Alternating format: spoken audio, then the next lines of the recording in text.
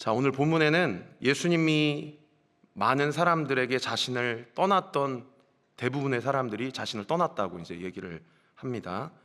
그리고 66절 그 다음 구절에 보면 그 이후로 다시는 예수님과 함께하지 않았다라고 얘기를 하죠. 그런 상황 가운데 예수님은 남아있는 12제자들인 것 같아요. 남아있는 제자들에게 이렇게 물으십니다. 너희도 가려느냐? 그럴 때 그 물으심 앞에 베드로가 이렇게 대답하죠. 주여, 영생의 말씀이 주께 있사오니 우리가 누구에게로 가오리까? 우리가 주는 하나님의 거룩한 자이신 줄을 믿고 알았사옵나이다. 이렇게 얘기를 하죠. 자, 이 고백은 마태복음 16장 16절에 나오는 그 유명한 베드로의 신앙 고백, 주는 그리스도시요 살아계신 하나님의 아들이십니다 라는 고백과 버금가는 인류 역사상 가장 위대한 신앙 고백이라고 할 수 있습니다. 도대체 어떤 일이 있었기에 예수님과 제자들 사이에서 이런 대화가 있었는지, 또 예수님은 어쩌면 너무나도 인간적으로 보이는, 예수님의 신성보다는 인성을 강조하는 너무나도 인간적으로 보이고 또 뭐가 혼자 남겨지는 게 그렇게 두려우셔서 제자들에게 너희도 가려느냐 그렇게 물어보셨는지, 그리고 어쩌면 그 오늘 본문 66절에 그때부터 앞구절에 코로나 시대를 살아가는 저와 우리에게 코로나 시점을 기점으로 그때부터 예수님을 따르던 많은 사람들이 예수님을 떠나가고 그와 함께 다시는 함께 가지 아니하더라 라고 지금 우리에게 이 말씀이 우리의 영적 상태와 이 시대 한국 교회 교인들을 지적하고 있는 본문이라고 한다면, 오늘 이 예배 가운데 나에게 너도 떠나려느냐라는 질문 앞에 나는 뭐라고 대답할 수 있겠는지 함께 살펴보는 오늘 이 시간이 되기를 원합니다. 첫 번째, 이 대화는 어떤 상황 속에서 나눴던 대화인지 한번 살펴보기를 원하는데요. 오늘 본문 66절에 보면 그때부터 그의 제자 중에 많은 사람이 떠나가고 다시 그와 함께 다니지 아니하더라. 그래서 이 본문을 잘 이해하기 위해서는 그때가 어느 때인지를 좀 먼저 정리를 해야 될 필요가 있습니다. 결론부터 말씀드리면 예수님께서 자기 자신이 누구인지를 말씀해 주신 그때를 얘기합니다. 요한복음에는 특별한 화법이 기록되어 있는데요, 다른 마태, 마가, 누가복음과 기록되어 있지 않는 예수님이 누구이신지를 자기 스스로가 계시하신 7가지 자기 계시가 기록되어 있는 성경이 요한복음이에요. 그거를 헬라어 원어로 에고 에이미 신학이다 그렇게 얘기를 하거든요. 영어로는 I am 이런 뜻인데, 이 헬라어 에고 에이미를 이제 히브리어 성경 구약 시대로 쫓아 올라가서 살펴보면 출애굽기 3장에 나오는 하나님이 스스로를 처음으로 보여주시고 나타내신 사건, 모세 앞에서 떨기나무 아래에서 I am that I am, 나는 스스로 있는 자다 라고 하는 그 구절을 신약 성경에서 헬라어 표현으로 하면 에고 에임이라고 표현할 수 있다는 거죠. 그러니까 무슨 얘기냐면 예수님이 나는 이런 사람이야 라고 얘기했던 자기 현현이 사람들이 예수님을 설명하는 그 어떤 설명보다 더 정확하고 확실한 설명이라고 할 수 있다는 거죠. 요한복음에 나타난 7가지 자기 계시가 무엇입니까? 나는 생명의 떡이다, 나는 세상의 빛이다, 나는 양의 문이다, 나는 선한 목자다, 나는 부활이요 생명이다, 나는 길이요 진리요 생명이다, 나는 참 포도나무다. 이게 7가지 자기 계시예요. 그 7가지 자기 계시 중에 오늘 6장의 이 구절이 처음으로 자기가 누구인지를 스스로 계시하신 그 텍스트가 에고에임이 나는 생명의 떡이다, I am the bread of life, 나는 생명을 주는 양식이야 라고 자기 스스로를 계시하시는 것이죠. 우리 요한복음 6장 35절 같이 한번 읽어볼까요? 시작. 예수께서 이르시되 나는 생명의 떡이니 내게 오는 자는 결코 줄이지 아니할 터이요 나를 믿는 자는 영원히 목마르지 아니하리라. 근데 자기 계시를 하신 건 너무 좋았는데 이 자기 계시가 그 당시 처음 이 자기 계시를 들었던 유대인들에게는 너무 어려운 구절이었고요, 또 심지어 불편한 구절이었어요. 그래서 이 표현으로 인해서 당시 초대교회 성도들은 어떤 오해와 멸시를 받았냐면, 예수 믿는 자들은 인육을 먹는 식인종들이래, 이렇게 오해를 받을 정도로, 그 당시 그런 문헌이 기록될 정도로 이 말씀을 고지고대로 해석하고 받아들이기가 너무 어려웠던 본문이었던 것이죠. 그래서 오늘 6장 52절에 보시면 바리새인과 서기관들도 이러한 첫 번째 예수님의 자기 계시 앞에 이렇게 다툽니다. 52절 이렇게 돼 있어요. 그러므로 유대인들이 서로 다투어 이르되 이 사람이 어찌 등이 자기 살을 우리에게 주어 먹게 하겠느냐. 자, 유대인들과 바리새인들의 서로의 이런 논쟁에 아랑곳하지 않고 예수님이 그 다음 절 53절에 이렇게 얘기합니다. 예수께서 이르시되 내가 진실로 진실로 너희에게 이르노니 인자의 살을 먹지 아니하고 인자의 피를 마시지 아니하면 너희 속에 생명이 없느니라. 그리고 55절에도 이렇게 말씀하세요. 내 살은 참된 양식이요 내 피는 참된 음료로다. 근데 율법에 근거하면 원래 피를 마시면 안 되거든요. 피는 생명이 있기 때문에 하나님께서 모세를 통해서 율법에 피를 마시지 못하도록 되어 있어요. 근데 왜 예수님은 자기의 살을 뜯어먹고 자기의 피를 마시라고 그러면서 자기가 누구인지, 무엇을 위해 왔는지, 자기가 어떤 사역을 할 것인지를 왜 이런 방식으로 자기 계시를 하고 있느냐는 것이죠. 도저히 어렵고 오해의 소지가 많은 이 말씀 앞에 유대인과 바리새인들 뿐만 아니라 급기야는 예수님을 잘 따르던 12 제자들마저도 이런 반응을 보입니다. 60절에 보시면 제자 중에 여럿이 듣고 말하되 이 말씀은 어렵도다. 누가 들을 수 있느냐 한데. 그러므로 정리하면 66절 오늘 본문의 66절의 그때부터에서의 그때는 도대체 이해하기 어렵고 또 전적으로 동의하기 어려운 이 말씀을 우리에게 말씀하시고 그 말씀 앞에 순종하기를 원하시는 그때라고 이야기할 수 있다는 것이죠. 이 이해되지 않고 수용할 수 없는, 그리고 내가 순종할 수 있다고 생각해도 그마저도 나에게 너무나도 이 말씀이 부담된다고 생각하는 그때 제자들의 반응이 어떻습니까? 대부분의 제자들의 반응 66절에 보세요. 그때부터 그의 제자들 중에 많은 사람이 떠나가고 다시 그와 함께 다니지 아니하더라. 이 말씀 앞에 많은 사람들이 교회를 떠나고요, 예수님을 따라가면 오병이어 사건, 6장의 처음 사건이 오병이어 사건이거든요. 예수님을 따라가면 먹고 사는 문제는 걱정 안 해도 되겠구나 하고 따라왔다가 내 살을 먹어야 된다, 내 피를 마셔야 된다 하시니까 이거 뭔가 잘못된 이상한 이단 사이비 집단인 것 같아. 그러면서 다 예수님을 떠나게 되었다라는 것이죠. 여러분도 신앙생활하면서 그렇지 않나요? 어떤 의미에서는 성경 66권의 모든 말씀을 다 수용하고 받아들여야 되고 받아들일 뿐만 아니라 순종해야 되고 살아내야 되는데 어떤 것은 이해가 되지 않는 구절도 있고 또 어떤 것은 이해는 되지만 내가 이것을 다 삶으로 살아내기에 내 스스로가 너무 연약해서, 특별히 이런 코로나 시대에 정말 교회가 이 땅의 유일한 소망인가? 정말 예수님만이 하나님으로부터 우리를 나아가게 하는 유일한 진리인가? 라고 헷갈리고 있지는 않은지 우리가 우리 자신을 한번 생각해 보아야 될 것입니다.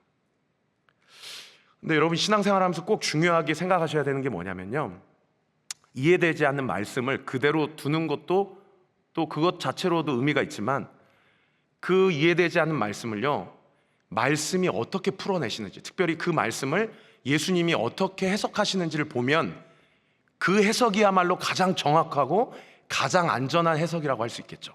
즉 다시 얘기해서 내 살을 먹어야 된다, 내 피를 마셔야 된다라고 하신 예수님께서 그렇게 말씀하신 의도와 그 말씀의 의미가 무엇인지를 예수님 스스로 만약에 해석해 주신다고 한다면 그 해석이야말로 가장 정확하고 그 해석이야말로 가장 안전한 해석이라고 할 수 있겠죠. 동의하세요?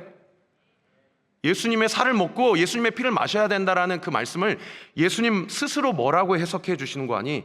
56절에 보시면 예수님 이렇게 얘기하세요. 내 살을 먹고 내 피를 마시는 자는 내 안에 거하고 나도 그의 안에 거하나니. 살을 먹고 피를 마신다는 얘기는 내 안에 거하라는 얘기구나. 그런 은유로 이런 말씀을 하셨던 거구나 라고 얘기할 수 있다는 거죠. 그 다음 구절 57절에 보면 또 뭐라고 얘기하시냐면 살아계신 아버지께서 나를 보내심에 내가 아버지로 말미암아 사는 것 같이 나를 먹는 그 사람도 나로 말미암아 살리라. 내 살을 먹고 내 피를 마신다는 것은 예수님 자신이 하나님으로 말미암아 사는 것처럼 예수님의 살과 피를 먹고 마시는 자는 나로 말미암아 살게 하기 위해서 예수님이 먹고 마시라고 하시는 것이구나. 그래서 정리하면 내 살을 먹고 내 피를 마신다라는 의미는 예수님 안에 거한다라는 첫 번째 의미고요. 두 번째 예수님의 해석은 예수님으로 말미암아 살으라는 두 번째 의미의 해석이 담겨져 있는 은유적 자기 계시라고 할 수 있다라는 겁니다. 요한복음 1장에 보면 이런 말씀이 있어요. 말씀이 육신이 되어 이 땅 가운데 오신 분이 누구다? 예수님이다. 하나님의 독생자의 영광이요 은혜와 진리가 충만한 그 사건, 인카네이션이라고 그러죠. 보통 말씀이 육신이 된 사건. 그러니까 이 관점에서 내 살을 먹고 내 피를 마시는 자라야 살리라 라는 관점을 해석해 보면 그것은 예수님 안에 거하는 것이고, 그것은 예수님으로 말미암아 사는 것이고, 말씀이 이 땅 가운데 오신 예수 그리스도의 말씀을 믿고 알고 지키고 행하는 것이야말로 예수님의 살을 먹고 예수님의 피를 마시는 것이라고 정리해 볼 수 있다는 거죠. 그럼 제가 여러분에게 한번 질문해 보겠습니다. 나는 얼마만큼 예수님의 살을 먹고 나는 얼마만큼 예수님의 피를 마시고 있는가? 나는 하루하루의 삶 가운데 얼마만큼 그 말씀을 대하고 있고, 그 말씀을 읽고 있고, 그 말씀을 깊이 생각하고 묵상하고 있고, 그 말씀 앞에 내 삶과 영적인 상태를 대조해 보고 있고, 그 말씀이 나를 찔리면 찌르는 대로, 그리고 그 말씀이 나에게 격려와 위로를 주시면 격려와 위로를 주시는 대로 내가 얼마만큼 말씀 앞에 순종하며 살아가고 있는가, 우리가 한 번쯤 생각해 보아야 할 것입니다. 예수님은 이 일이 하나님의 일이라고 얘기를 하세요. 요한복음 6장 29절에 보면요, 제자들이 예수님께 이렇게 질문합니다. 예수님, 하나님의 일을 하고 싶어요. 하나님을 위해 살고 싶어요. 우리가 어떻게 해야 되겠습니까? 라는 그 질문에 예수님이 이렇게 대답하시죠. 예수께서 대답하여 이르시되 하나님께서 보내신 일을 믿는 것이 하나님의 일이니라 하시다. 그러니까 이 말씀을 통해서 우리가 첫 번째 생각해 봐야 될 포인트가 뭐냐면, 지난번에 청년 다니엘 기도회 때 김병삼 목사님께서 소개해 주셨던 카일 아이들먼 목사님께서 쓰신 팬인가 제자인가 그 책에서도 똑같은 얘기를 하지만, 우리는 예수님이 나에게 무엇을 해주실 수 있을까? 반대로 나는 예수님께 무엇을 얻어낼 수 있을까? 즉 두잉의 관점이 되게 많아요. 예수님이 나에게 뭘 해주실 수 있을까? 예수님이 나는 예수님을 위해 뭘 할 수 있을까? 근데 하나님의 관점은 다르다는 거예요. 하나님의 관점은 뭐예요? 너에게 예수님이 누구이시니? 그리고 너는 예수님 안에서 누구니? 예수님은 여기에 관심이 많다라는 거죠. 여러분, 최근에 여러분의 영적 상태를 한번 점검해 볼 때 내가 하나님과 나와의 관계에서 두잉의 관점이 많은지 아니면 빙의 관점이 많은지, 존재론적인 관심과 질문이 많은지 한 번쯤 생각해 보는 저와 우리 모두가 되시기를 예수님의 이름으로 축원합니다. 그래서 요한복음 17장 3절에도 이렇게 얘기를 합니다. 영생은 곧 유일하신 참 하나님과 그가 보내신 자 예수 그리스도를 아는 것이다. 자, 정리해 보겠습니다. 예수님의 살을 먹고 피를 마시는 것은 단순히 성례식을 거행하기 위한 근거 구절로 예수님 스스로가 내 살을 먹고 피를 마셔야 된다고 얘기한 것이 아니라, 첫 번째는 예수님 안에 거하는 것이다. 두 번째는 예수님으로 말미암아 사는 것이다. 세 번째는 말씀이 육신이 되어 이 땅 가운데 오신 예수님, 그 예수님이 나에게 말씀하신 그 말씀을 알고 믿고 지키고 행하는 것이다. 예수님은 나에게 내가 예수님을 위해 무엇을 해줄 수 있는 거에 관심을 갖기보다는 너에게 있어서 나는 어떤 의미니, 예수님이 어떤 분이신지를 알기를 원한다는 사실을 우리가 꼭 기억해 보아야 할 것입니다. 안타깝게도 이 사실을 예수님이 말씀하실 때 대부분의 제자들이 예수님을 떠나가고 다시는 예수님을 찾지 아니하게 되었다고 이야기를 하고 있습니다. 코로나 시대를 살아가는 이 시대에 하나님, 제가 우리 청년들과 어떤 말씀을 나누기를 원하십니까? 설교를 준비하면서 주님께 물어봤을 때 하나님께서 너무 강력하게 얘기해 주세요. 우리 청년들이 나를 위해서 나한테 무엇인가를 얻어내고자 하는 것에 너무 많은 초점을 두고 있다. 그리고 반대로 신앙이 좀 있다고 생각하는 지체들은 내가 예수님을 위해서 무엇을 할 수 있을까? 거기에 너무 정신이 팔려 있다. 그래서 그렇게 하면 교만해지고, 그렇게 못하면 위축해지고, 비참해지고, 비굴해지는 그런 신앙생활을 하고 있다. 제가 분명히 여러분에게 권면하고 도전합니다. 예수님은요, 내가 예수님을 위해 무엇을 할 수 있을까에 별로 관심이 없으세요. 예수님이 나에게 뭘 해주실 수 있을까에 별로 관심이 없으세요. 예수님은요, 지금 이 순간에도 예수님이 내 인생의 누구인지를 우리가 알게 되기를 원하고 계신다는 사실입니다. 그런 관점에서 혹시 오늘 이 방송, 이 예배를 드리고 있는 지체들 중에 이 시간 저를 따라서 좀 영접 기도를 했으면 좋겠어요. 혹시 이 코로나 시간이 길어지면서 내가 과연 교회는 다니지만, 영상으로 매 정해진 시간에 예배는 드리지만 내가 과연 거듭났나? 내가 과연 인격적으로 예수님을 만났나? 그리고 과거의 어떤 한 사건으로 인해서 내가 예수님을 영접한 기억이 있고 또 그런 경험이 있지만 과연 내가 구원받은 자인가? 과연 내 이름의 석자가 생명책에 기록되어 있을까? 이런 고민과 질문을 갖고 있는 지체들은 이 시간 두 손을 좀 가슴에 얹고 눈을 감고 저를 따라서 좀 같이 기도해 주셨으면 좋겠고요. 행여나 이 예배를 드리고 있는 지체들 중에 목사님, 저는 구원의 확신이 있습니다 라는 지체들도 그 옆에서 그렇게 영접 기도를 따라하고 있는 지체들을 돕는 의미로 함께 따라해 주셨으면 좋겠습니다. 우리 두 손을 가슴에 얹고 눈을 감고 함께 기도합시다. 하나님 아버지, 저는 죄인입니다. 제 인생을 제 마음대로 선택하고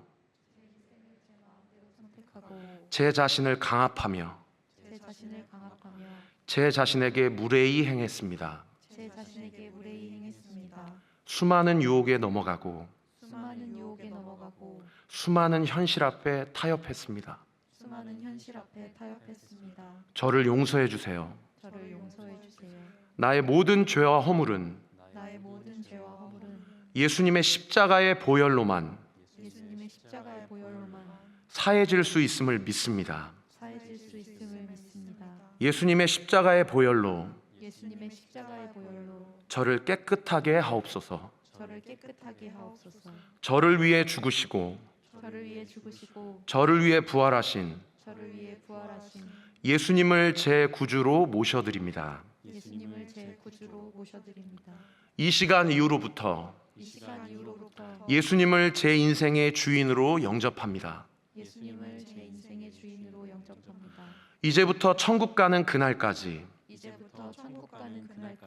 예수님을 주인 삼아 하나님의 자녀로 살아갈 수 있도록 저를 다스려 주옵소서. 예수님의 이름으로 기도합니다. 아멘. 두 번째 여러분과 함께 나누고 싶은 주제는요, 예수님께서 67절에 말씀하신 너희도 가려느냐라는 질문의 의미입니다. 이 질문은 학자들에 따라 두 가지 견해로 나누게 되는데요, 첫 번째는 아까 제가 얘기한 대로 예수님의 매우 인간적인 면모를 볼 수 있는 질문이다 라는 견해를 보이는 학자들의 의견이에요. 자, 이 질문, 너희도 가려느냐라는 질문을 헬라어로 직역을 하면 이렇습니다. 너희는 나를 떠나지 않을 거지? 그렇지? 라고 직역할 수 있어요. 그러니까 너무도 인간적이고 마치 예수님이 떠나갈까 말까 고민하는 12 제자들의 바지끄댕이를 붙잡고 애원하는 듯한 그런 뉘앙스를 보여주고 있는 그런 질문이라고 할 수 있다는 거죠. 그러나 반대로 생각해 보면 이 질문은 12 제자들이 자신을 떠나지 않을 것에 대한 확신이 묻어나 있는 질문이라고도 할 수 있습니다. 사실 냉정하게 따져보면요, 예수님의 십자가의 대속의 사건은요, 제자들의 도움이 필요 없는 사건이에요. 예수님 혼자 원맨쇼로 다 성취하실 수 있는 그런 사명입니다.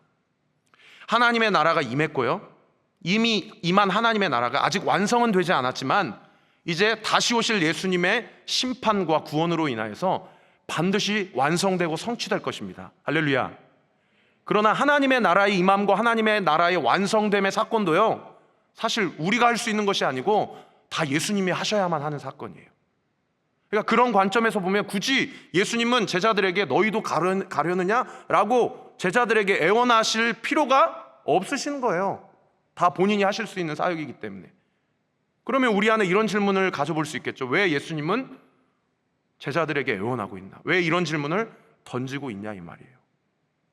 결국 예수님의 사역과 예수님의 하나님 나라의 완성은 예수님의 손이 짧아서가 아니고 예수님의 능력이 모자라서가 아니라 예수님이 교회된 우리와 함께 그 사역을 완성시키시기로 결정하셨다는 데 있다라는 것이죠. 할렐루야. 따라합시다. 예수님은 나와 함께 이 코로나 시대에도 하나님 나라의 완성을 위해 동역하기를 원하신다. 믿으시면 아멘. 결국 너희도 가려느냐라는 이 질문 앞에 떠나지 않고 배교하지 않았던 그 당시 12제자를 중심으로요, 초대교회가 세워지게 되고 복음 전파의 사역이 시작하게 됩니다. 결국 예수님은요, 갈릴리 지역하고 예루살렘만에서만 사역했고요, 유럽과 아프리카와 아시아로 사역했던 사람들은 다 이 현장에 있었던 이 질문을 받았던 제자들이었어요. 그래서 이 사실을 통해 제가 여러분에게 권면하고 도전하고 싶은 건 뭐냐면, 죄송합니다, 오륜교회는요 숨어서 신앙생활하기 참 좋은 곳이에요. 그런데 제가 분명히 여러분에게 권면하고 또 도전합니다. 혼자서 신앙생활하는 것 결코 건강한 신앙생활, 결코 성경적 신앙생활 아닙니다. 행여나 여러분이 우리 교회에서든지 전에 교회에서든지 교회에서 상처를 받은 것으로 인하여서 공동체에 소속되는 것이 머뭇거리게 된다면, 제가 자격이 있는지는 모르겠지만 우리 렘넌트 청년국 13분의 목회자들을 대표하여 공동체에 상처받은 청년들에게 정말 사과하고 싶습니다. 그러나 제가 분명히 여러분에게 얘기하는 것은 그것이 혼자 신앙생활 하는 것에서 하나님 앞에서의 합당한 이유가 되지 못한다는 거예요. 내가 어느 부서에 속해 있는지도 아직도 모르는 청년들이 있다면 본관 8층에 있는 청년국 사무실로 찾아와 주시기를 부탁드립니다. 그리고 내가 혼자 이 모든 영적인 침체를 도저히 혼자의 힘으로 극복할 수 없다고 생각하고 진단하고 있는 지체들이 있다면, 제일 좋은 건 목회자들이 먼저 찾아가는 것이 제일 좋은데요, 목사님들이 게을러서 찾아가지 않는 게 아니에요. 여러분들이 먼저 공동체로 찾아와 주시고 리더에게 수고한다고 말씀해 주시고 나도 소그룹에 소속되고 싶다고 얘기해 주십시오. 분명히 하나님은 모든 사역을 다 혼자 완성시키실 수 있으심에도 불구하고 결코 혼자 모든 것들을 원맨쇼로 사역하지 않으시고 우리 모두와 함께 이 코로나 시국 가운데도 하나님 나라의 사역을 우리와 함께, 나와 함께 사역하고 싶으시다는 사실을 꼭 명심해 주시기를 바랍니다. 너희도 가려느냐라는 그 질문의 두 번째 견해는 어떤 견해냐면, 애당초 제자들의 믿음의 수준에 대해서 예수님 스스로가 큰 기대를 걸지 않았다는 취지로 한 질문이라는 입장이에요.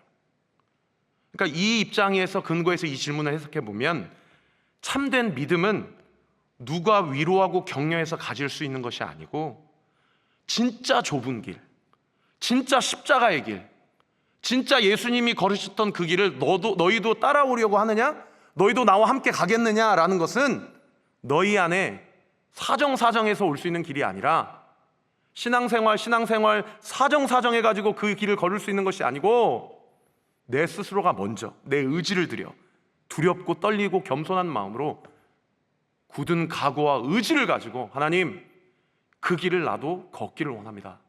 그러나 내 힘으로는 그 길을 걸을 수 없사오니 나를 도와주세요 라고 하나님께 손을 내미는 자들을 통해서 하나님이 그 길을 걷게 하신다라는 거죠. 이 관점, 냉소적인 질문을 하셨던 이 관점에서 저는 너희도 가려느냐라는 질문이 말씀을 준비하면서 저에게 예수님이 뭐라고 질문해야 하시는 것 같이 느껴졌냐면요, 영천아, 너도 그렇게 믿으려고 하느냐? 저렇게 나를 버리고 떠난 저 무리들처럼 너도 그렇게 살려느냐? 너도 그렇게 예배하려 하느냐? 라고 물으시는 것 같더라고요.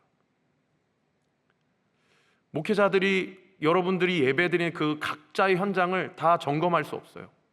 어떻게 예배드리고 있는지, 진짜 예배 시간마다 하나님의 음성을 듣고 있는지, 진짜 기도할 때마다 믿음 가지고 기도 생활을 하고 있는지, 진짜 말씀을 읽고 통독을 하고 암송을 하고 필사를 할 때마다 정말 하나님께서 이 시간들을 허락하신 하나님의 뜻과 그 의미를 정확하게 알고 그 뜻대로 살아가고 있는지 다 체크할 수가 없어요. 그러나 제가 분명히 이 시간 여러분에게 말씀드립니다. 하나님은 다 아세요. 하나님은 다 아십니다. 하나님은 다 진단하고 계시고 하나님은 나의 영적인 내면의 상태를 다 알고 계신다는 거죠. 그러면 하나님이 그 모든 것을 아실 때 나를 정죄하고 심판하고 판단하고자 다 아실까요? 아니에요. 나를 도와주시고자, 나를 일으켜 주시고자, 나와 함께 하시고자 하나님이 우리의 모든 형편과 상황을 다 아신다라는 겁니다. 할렐루야. 그래서 저는 한 번 더 좀 기도하고 싶은데, 이 시간에는 성령의 도우심을 구하는 기도를 하고 싶어요. 혹시 이 예배를 드리고 있는 지체들 중에 본인도 그렇게 살고 싶지 않은데 기도해야 되는 건 알지만 기도가 나오지 않고, 말씀을 읽어야 된다는 건 너무 잘 알지만 도대체 읽어도 무슨 얘기인지 모르겠고 냉랭한 신앙생활을 하고 계신 지체들이 있다면 이 시간 두 손을 좀 가슴에 얹고 눈을 감고 저를 따라서 이렇게 함께 좀 기도했으면 좋겠습니다. 하나님 아버지, 저는 연약합니다. 저는 매일 넘어집니다. 순간순간 저의 욕심과 감정대로 살고 있습니다. 깊은 영적인 침체 가운데 어떻게 빠져나와야 할지 모르겠습니다. 제 감정과 고집대로 살고 있는 저를 불쌍히 여겨 주옵소서. 이 시간 성령 하나님께 저의 이성과 감정과 의지를 내어드립니다. 성령 하나님께서 저를 다스려 주시고 제 인생을 인도하여 주시고 저의 삶을 책임져 주옵소서.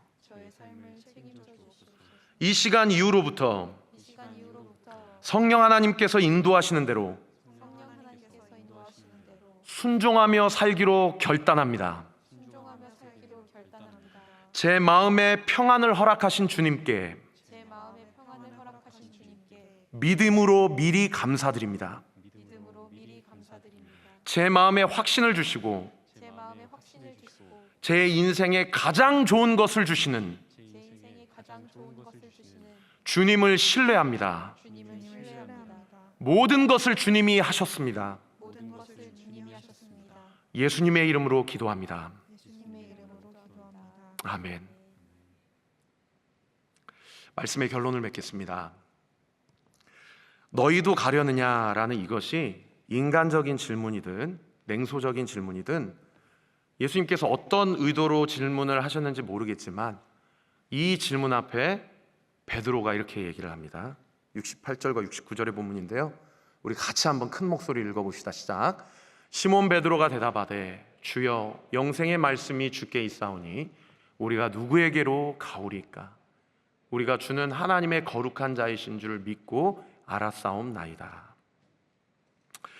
이것은 대부분의 제자들이 예수님을 버리고 떠나는 상황 가운데서 그 길을 걷고야 말겠다는 굳은 각오와 순전한 믿음을 보여주는 베드로의 이 순간만큼의 진정성 있는 신앙 고백이라고 할 수 있죠.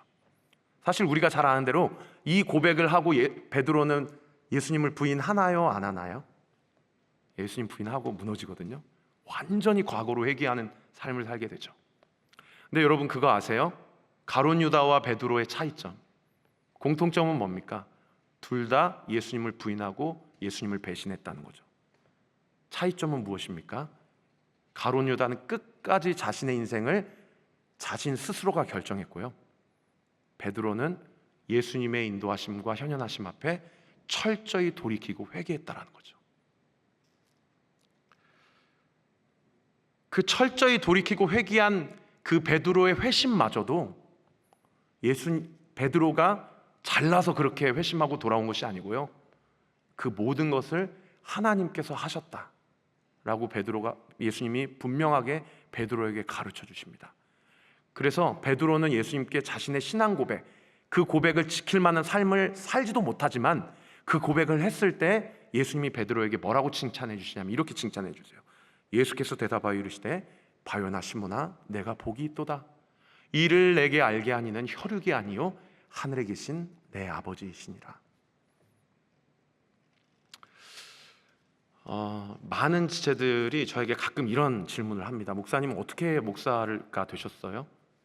어떻게 목회자가 되셨나? 이런 질문을 해요.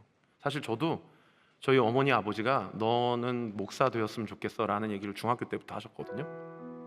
그래가지고 근데 그때는 너무 그 얘기가 싫은 거예요. 왜냐하면 목사라는 직업이 너무 고리타분하고 꼰대 같은 거예요. 저의 중등부 고등부 담당 목사님이 그러셨거든요. 그래서 저는 절대 목사하지 않겠다고.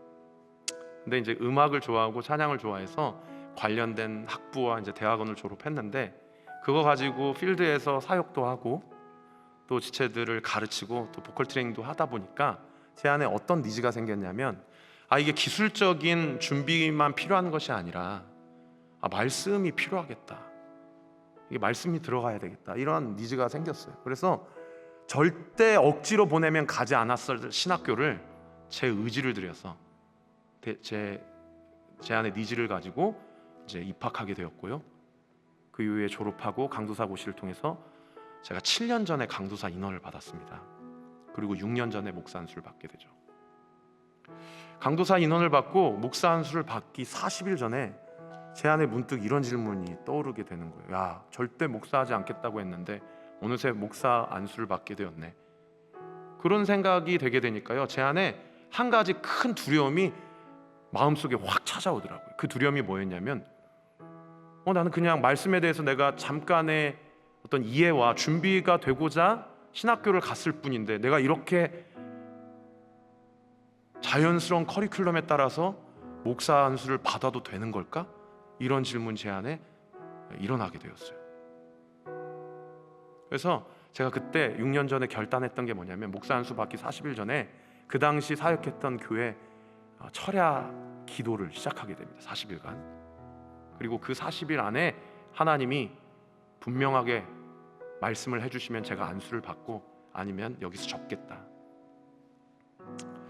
제가 그 당시 광명에 살았고 제가 사역하는 교회는 안산이었는데, 오고 가는 1시간이 넘는 기간 동안 매일 밤마다 그 교회 본당에 가서 제가 찬양 인도하고 그 당시 담임 목사님이 말씀 전하시는 그 자리에 무릎 꿇고 하나님 앞에 기도하면서 내가 목사 안수를 받는 게 맞냐고 그렇게 물어봤어요. 근데 그 전 교회가요 엄청 본당이 크거든요. 선교 한국도 그 교회에서 할 정도로 본당이 우리 교회처럼 이렇게 극장식으로 돼도 5,000석이에요. 그러니까 막 보조의사 들어가고 장의자 했으면 7,000명, 8,000명까지 들어갈 수 있는 그런 큰 본당이거든요. 이 뒤에가 다 유리벽이에요. 유리벽 건너편으로 뭐가 있냐면 대밭이 있어요. 대나무밭. 그러니까 여러분 한번 생각해 보세요. 밤 10시에 혼자 요 앞에 여기서 무릎 꿇고 그 대밭을 보고 막 기도를 하면서 하나님께 나 목사 안수 받는 거 맞냐고 그렇게 기도하는데, 뒤에 무슨 소리가 막 가끔씩 나요. 막 11시, 12시에 되면. 그러면 뒤에 이렇게 막 돌아보잖아요. 그러면 아무도 없어요. 그러면 뭐가 지나갔나? 그래서 기도에 집중이 안 되는 거예요. 그리고 바람만 조금만 불면 대밭이 막 이러니까 이게 도무지 집중이 안 되는 거예요. 막 어떨 때는 막 대밭이 어느 손처럼 보이고 누구 얼굴처럼 보이고 이러니까, 이 처음에 이 40일 작전 기도를 했던 그 의도랑 전혀 상관없이 무서워서 기도가 안 되더라고요. 그 순간 제가 결단했던 게 뭐냐면, 기도를 잠깐 멈추고 통독을 하기 시작했어요. 창세기부터 요한계시록까지 계속 기도가 안 될 땐 통독하고, 말씀 읽다 갑자기 마음이 뜨거워지면 거기에 그 말씀 붙잡고 기도하고, 그러니까 조금씩 기도가 되더라고요. 근데 그렇더라도 아무 일도 일어나지 않았어요. 아무 일도. 목사 안수를 받아라, 그 길을 가야 된다, 내가 너를 세웠다, 어떤 얘기도 없는 거예요. 근데 창세기부터 쭉 오다가 37일째 요한복음 6장 66절 67절에 이 말씀에, 그때로부터 많은 무리들이 예수를 떠나고 다시는 예수님 앞에 나오지 아니하더라. 그때 예수님이 남아있는 제자들에게 너희도 가려느냐 물어보실 때 베드로가 뭐라고 얘기하냐면, 영생의 말씀이 여기 있사오니 주여 우리가 어디로 가오리까? 영생의 말씀이 여기 있사오니 주여 우리가 누구에게로 가오리까? 이 말씀을 제가 읽는데 거기서 갑자기, 제가 그런 사람이 아닌데요, 막 손이 돌아가고 막 혀가 꼬이고 갑자기 뭔가 앞에 환한 것들이 보이는 거예요.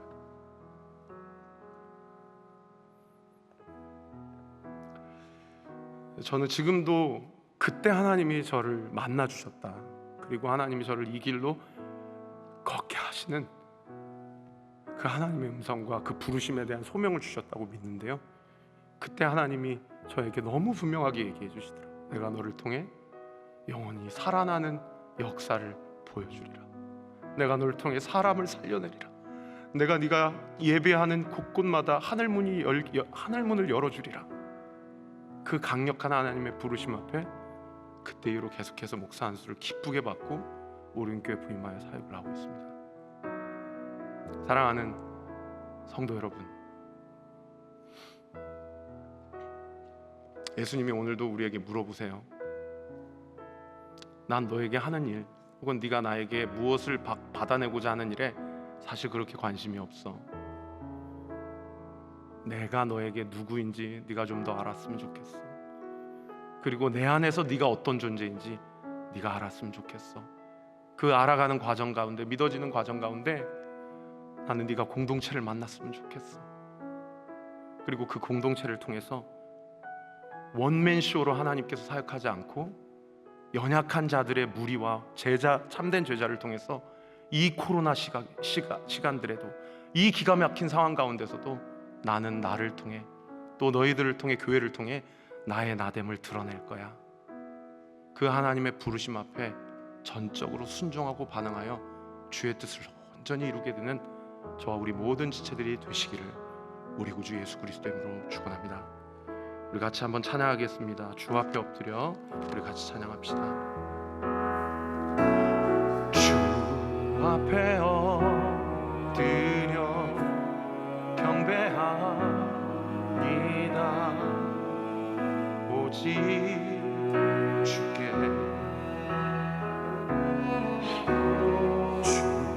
경배합니다. 다른 신나니 오직 주께. 우리 한 번 더 고백합시다. 주 앞에 엎드려 경배합니다.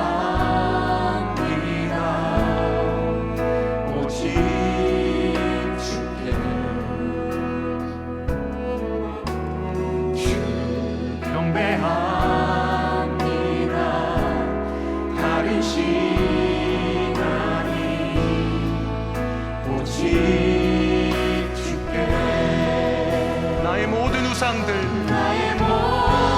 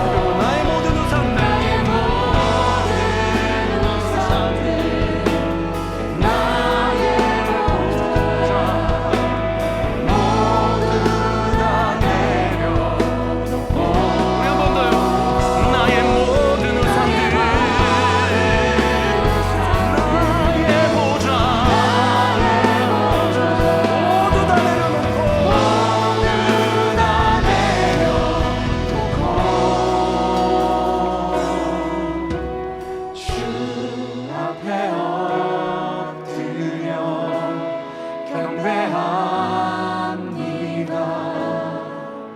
오직 주께. 우리 한 번 더요. 주 앞에 엎드려, 주 앞에 엎드려 경배합니다. 오직 주께. 에베소 기자는 우리에게 이렇게 말씀합니다.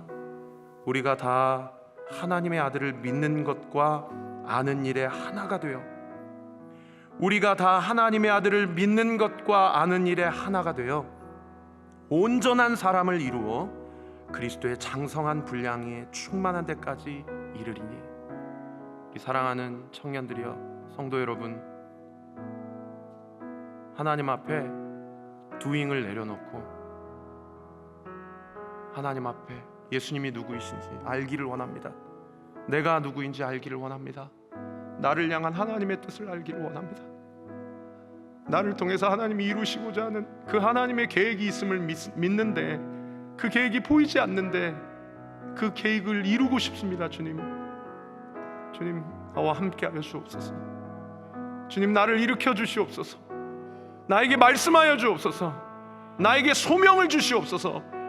우리도 베드로처럼 언젠가 분명히 넘어질 수 있겠지만은, 그럼에도 불구하고 지금 이 순간만큼은, 오늘 이 예배의 순간만큼은 생명의 말씀이 주께 있사오니 주여 내가 어디로 가오리까 고백할 수 있는 저와 우리 모든 지체들이 되게 하여 주시옵소서.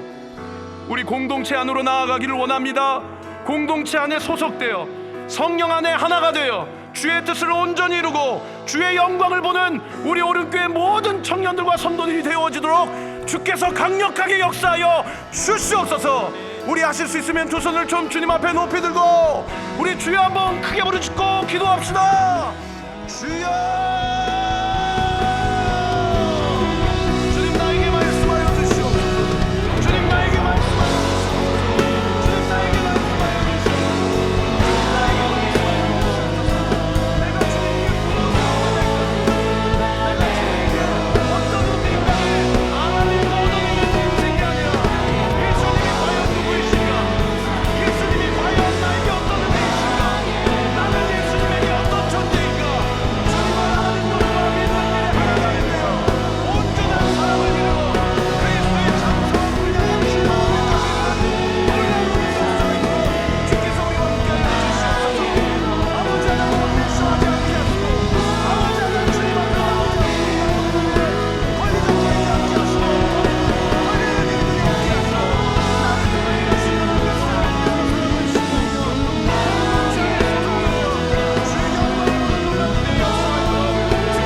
통하여 하시는 주의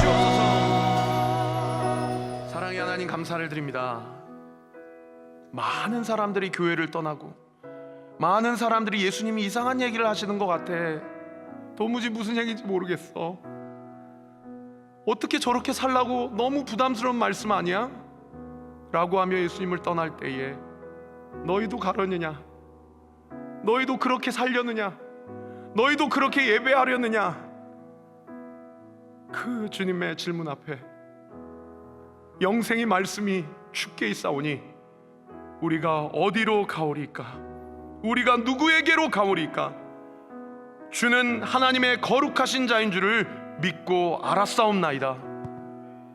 설사 넘어진다 하더라도, 설사 주님을 부인하는 순간이 언제가 올 수 있다 하더라도 그 주님의 질문 앞에 자신의 연약함에 집중하지 않고 그 영적인 시선을 그 질문을 하시는 예수님께 고정하여 영생의 말씀이 여기 있음을 믿고 아오니 내가 주님 안에 거하고 예수님으로 말미암아 살아내는 인생을 통하여 이 땅 가운데 나를 향한 하나님의 계획이 온전히 드러나는 것이 내 인생의 가장 큰 가치이고 소명임을 고백하며 주의 인도하심을 받기로 결정하는 우리 사랑하는 모든 청년들과 지체들에게 좋은 목사님을 만나게 하시고, 좋은 공동체를 만나게 하시고, 좋은 교회를 만나게 하심을 믿고 공동체에 소속이 되어 연약한 자들을 통하여서 이 땅 가운데, 이 코로나 시국 가운데도 하나님의 영광이 어떻게 드러나며 하나님의 나라가 어떻게 확장되는지를 똑똑히 목도하는 놀라운 은혜의 역사가 있도록 주께서 은혜 위에 은혜를 더하여 주옵소서. 이 일을 위해 오늘 주님 앞에 나온 모든 심령의 머리 위에 영적인 분별력을 허락하여 주시고 지혜와 명철을 허락하여 주옵시고 강인한 믿음과 체력을 허락하여 주셔서 하나님의 인도하심 가운데 주의 영광을 온전히 이루는 우리 모든 오륜교회 성도님들이 되어지도록 은혜 위에 은혜를 더하여 주시옵소서. 지금은 우리 구주 예수 그리스도의 은혜와 하나님의 사랑과 성령의 위로 고통 충만하심이 주님께 무엇을 얻어내기 이전에 예수님이 나의 인생의 누구이신지를 분명히 알고 예수님과 함께 예수님의 사역을 통하여 예수님의 삶을 통하여 그 삶이 나의 삶이 되고 그의 죽음이 나의 죽음이 되며 그의 부활이 나의 부활이 될 것을 믿고 의지하며 담대하게 하나님의 뜻을 이루기로 결정하는 우리 사랑하는 렘넌트 청년국 모든 지체들 머리 위에 오륜교회 모든 성도님들 머리 위에 지금으로부터 영원토록 함께 하시기를 간절히 축원하옵나이다. 아멘.